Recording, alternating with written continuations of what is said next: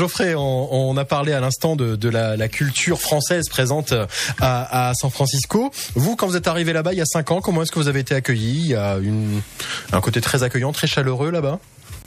Moi, j'ai été accueilli par mon patron de l'époque où je suis resté hébergé chez lui pendant il y a 2-3 mois. D'accord. Le temps de se faire un peu à tout ça, parce que c'est quand même notre pays, notre culture, une autre langue. Je parlais pas anglais. Ah oui, en effet, oui.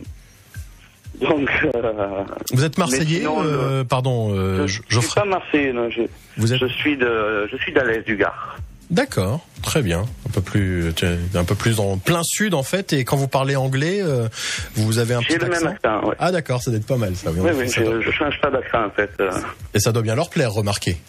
Ça, oui, ça amuse pas mal de monde. J'imagine. Donc alors, vous êtes arrivé, vous êtes installé chez le patron, et par ailleurs, vous vous êtes fait des amis américains, californiens. Pas tout de suite, non. Ça, c'est, bizarrement, j'ai rencontré plus de Français en fait. Oui. Parce qu'on a tendance, quand on se retrouve seul, surtout moi je suis arrivé ici tout seul, à recréer un cercle familial avec d'autres personnes qui partagent la même expérience, donc des Français expatriés, à peu près tous le même âge, tout ça, donc c'est créé après un cercle francophone assez important, assez solide et pour une entraide, etc., etc. Et petit à petit, quelques Américains se sont greffés à ce groupe. Quelques Américains, après il y a des couples, des gens qui sont avec des Américains, donc ça fait rentrer des Américains, mais l'amitié avec l'Américain, il s'appréhende pas comme entre Français, c'est pas pareil, c'est notre culture, on peut rencontrer une personne dans une soirée qui en quelques secondes va vous donner les clés de sa villa à la campagne pour aller y passer le week-end, etc., vous promettre plein de choses, et puis vous la recroiserez cette personne le week-end d'après, vous reconnaîtra à peine. Ah, on dit toujours, il y a une expression où on dit que les Américains ouvrent toujours très grand leurs bras, mais que jamais les referment. Ah, oui, c'est sûr. Donc on rebondit. Voilà. Donc on peut voir ça comme des gens superficiels, etc. Mais après, c'est une culture, on s'y fait, on peut le comprendre en y vivant tous les jours, pourquoi, etc. Et on s'y fait, en fait. Et puis c'est sûr qu'on peut être surpris de pas trouver un esprit latin et français aux États-Unis, mais on n'est pas en France, donc voilà, il faut quand même s'habituer aussi à la culture du coin. Voilà. Exactement, tout à fait. Il faut s'y adapter. San Francisco, cette image qu'on a d'un endroit, le flower power, le côté hippie, c'est vrai, c'est le cas. Oui.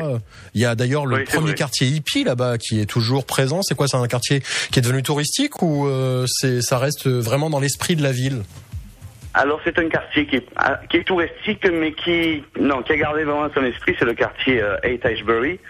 C'est le nom en fait d'un croisement de 2 rues au milieu de ce quartier. Et oui, c'est tout à fait ça. C'est les magasins de vêtements d'occasion, enfin, il y a tout cet esprit hippie à San Francisco de liberté de penser, de s'exprimer, est très très forte et très visible. On le sent dans les rues de San Francisco. Et dans l'esprit de la population même, les natifs de San Francisco, il y a une filiation avec les contestations et les luttes qu'ils ont pu mener là-bas. Ah oui, tout à fait. Ouais. Ça se traduit. Ah oui, ça se ressent. Ça se traduit tous les jours et politiquement aussi.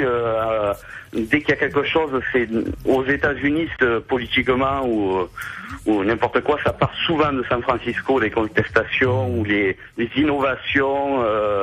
On a eu les mariages gays, puis ils ont voulu interdire ça, puis ils sont repartis de là. Enfin, c'est une ville qui est très ouverte. Et qui tient à sa liberté et à tout ça, quoi. Et du coup, c'est aussi une ville qui est très forte culturellement. Parce que quand on parle de contestation, on pense évidemment à John Baez avec ses protest songs, mais on pense évidemment à pas mal d'artistes qui ont été le vecteur de ces contestations. Bien sûr. Et on est juste à côté donc de la ville et de l'université de Berkeley, où on dit que mai 68 est parti de là. Les manifestations durant la guerre du Vietnam, c'était tout s'est passé ici. Et puis grande école de musique. Il y a énormément d'artistes qui sont sortis de là-bas. Ah oui, de sportifs, d'hommes politiques, d'acteurs, les créateurs de Google, de Facebook, tout ça ici, parce qu'on est dans la Silicon Valley aussi. Donc ici, on aime, les gens du sud de la baie aiment à dire c'est le centre du monde, parce que moi j'ai habité dans la Silicon Valley pendant 3 ans. Vous avez comme voisins eBay, Google, Facebook, Yahoo, etc. Et ça se traduit par un côté un peu prétentieux ou au contraire un côté je trace ma route, j'avance et je vis avec l'évolution du monde? Non, il y a rien de prétentieux. Même les gens ici qui vont avoir un boulot super, tout est très simple. Chez Google, les gens travaillent en short avec leur chien, ils arrivent à leur ballon de basket sous le bras.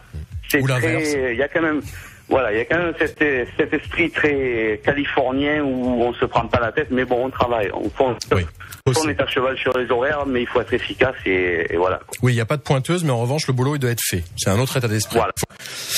Malheureusement, on va pas avoir le temps de continuer beaucoup notre conversation. Vous êtes là-bas depuis 5 ans, Geoffrey. Comment vous voyez l'avenir? Vous y êtes installé pour longtemps ou petit retour en France ou ailleurs? Vous aimez l'étranger? Moi, j'ai créé mon entreprise ici, donc maintenant, je suis plus ou moins bien implanté ici, mais maintenant, je suis toujours ouvert et à bouger. Je veux dire, je peux bouger en 3 jours, quoi. Mais vous gardez cet esprit de vagabond. Ouais. Voilà. Super. En tout cas, merci beaucoup et on vous souhaite une bonne journée car il est presque 7h du matin chez vous. Eh oui. Bon, bah écoutez, c'est l'heure du petit-déj, alors merci Geoffrey. Et voilà. Et avec des croissants français, bien sûr. Hein. Et bien sûr. Évidemment. Et une bonne baguette. Allez, à bientôt Geoffrey, merci. À bientôt, au revoir. Au revoir.